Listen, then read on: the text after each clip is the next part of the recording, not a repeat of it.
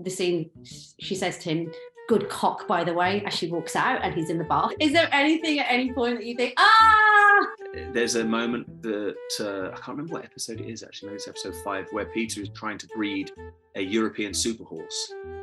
So he's trying to breed, I don't know, it's like a German horse and a French horse, and he's got them in this room and he's just trying to get them to do the business, and they're not kind of going with it. They're not kind of cooperating. So he puts it to me to excite the horse.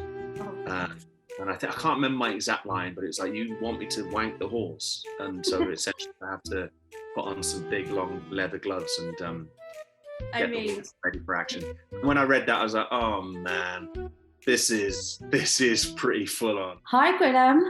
Hi, Max. How are you? I'm very well. London is sunny, so I can't grumble. Although I think when it's sunny, you know this, we moan still. We're like, it's too hot. It's too hot. I thought it was raining this morning in London. No, it's actually the sun's come out. We had a couple of hours. Look at me, like the weather girl. It's lovely. So I'm just like... So British, straight into chatting about the weather. Yeah, very happy to be talking to you. So here we are. Love to be talking to you as well. Your view sounds a lot better than mine. Hey, I started season 3 yesterday, and congratulations. It's so silly, it's so wild, and it just is ridiculous. So when you get the script, I'm thinking like season 3, Tony, you know what, you kind of already prepared for what's coming, but do you just literally sit there laughing like a kid and everyone who's around you is like, what's going on? Yeah, it's like it's a voyage of discovery when we read those scripts, because we have like a brief chat with Tony at the beginning of the season as to like where he thinks it's going and where he thinks our characters might go. But then he also just kind of makes it up on the hoof, not on the hoof to like when the days that we're filming, but like there was an instance we had a read through. I think it was episode 2 maybe, when Maxim, who's the cheeky little star of the show, is absolutely brilliant. The young lover, or not lover, but the husband of Mariel. And we did the read through. We kind of sat around a table doing a table read of episode 2, and it's an episode in which my character has a duel with him, and Tony had written it, and I'm supposed to have. Sorry, you haven't got this far yet. No, I love it. I'm looking forward to it. Go on. It is a good episode, and anyway, we kind of sat around the table, and my character's supposed to kill him, supposed to shoot him and kill him. But, why am I laughing? He's such like, this little lad is such a scene stealer. Yeah. We were like, Tony kind of, I met him after the read through. He's like, what am I doing? Like, this kid is like comedy gold. I cannot kill him. I cannot kill him. So he just changed the scripts there and then and kept him in the season. Yeah. And so that's kind of an example of like how Tony goes about his work, is like he looks at what's working, what's chiming, what's really kind of fizzling and working, and kind of develops it from there, really. So it's quite exciting from an actor's point of view, because you're like, you know, you kind of it just keeps you on your toes, really. It keeps you on your toes. Yeah, go on. Sorry, but also I was going to say, very rare that you can have that type of control where you can collaborate to the point where you can completely change the scene that was on the paper. And from what you're saying, reading between the lines, it feels like that's how it's always been. So this just must be a breath of fresh air and so much fun. It is funny. I remember, like, it does make you aware of some of the things you say in Tony's presence, because I do remember in season 2 when Mariel and I were getting together, and like we kind of like sat in her apartments and we're just eating. I can't remember what it is. Oh, I can't remember what it is anyway. And we kind of made a joke. We were like, because there's the whole joke is that they took each other's virginity and blah blah blah. And we said, they should be eating cherries, man. Like they should be eating, popping a cherry. And said it as a joke.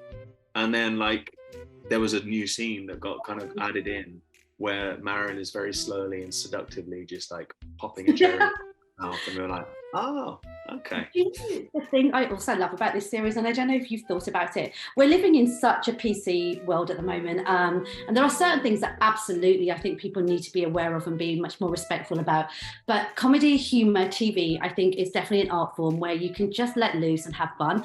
And this script, I think Tony being brave and you guys as actors also embracing it, having fun, laughing at yourselves, and also kind of being really risque and almost falling off, but not falling off. There's an irreverence to the show for sure, and there's like an anarchy and wildness to it, and joy in, and I think that's what people kind of relate to and find and enjoy is that irreverence, because it doesn't take itself too seriously, I don't think.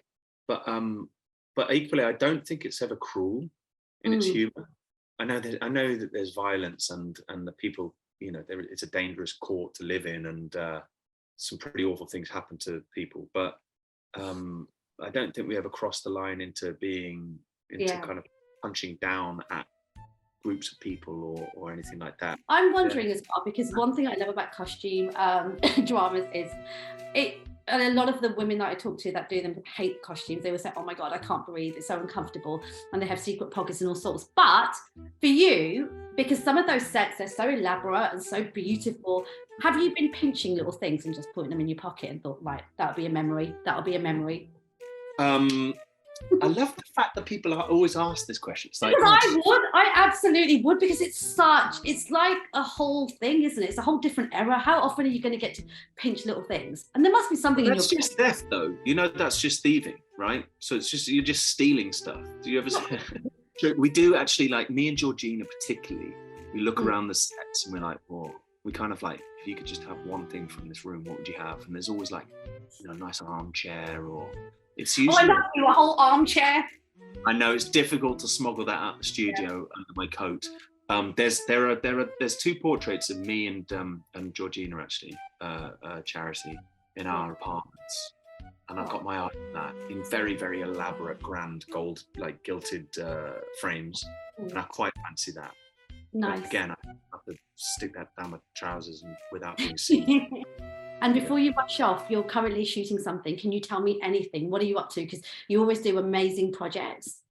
Oh, thanks. Yeah, I'm out in Croatia shooting the second season of Rogue Heroes, SAS Rogue Heroes, which is like the first season came out last year. It's written by Stephen Knight about the formation of the SAS in the Second World War. So I'm having an absolute blast of a time out here, and a totally different world. Character to Grigor and the Great. So yeah, lucky me. All right, thanks, Max. Nice speaking to you. Lovely to meet you too. Thank you.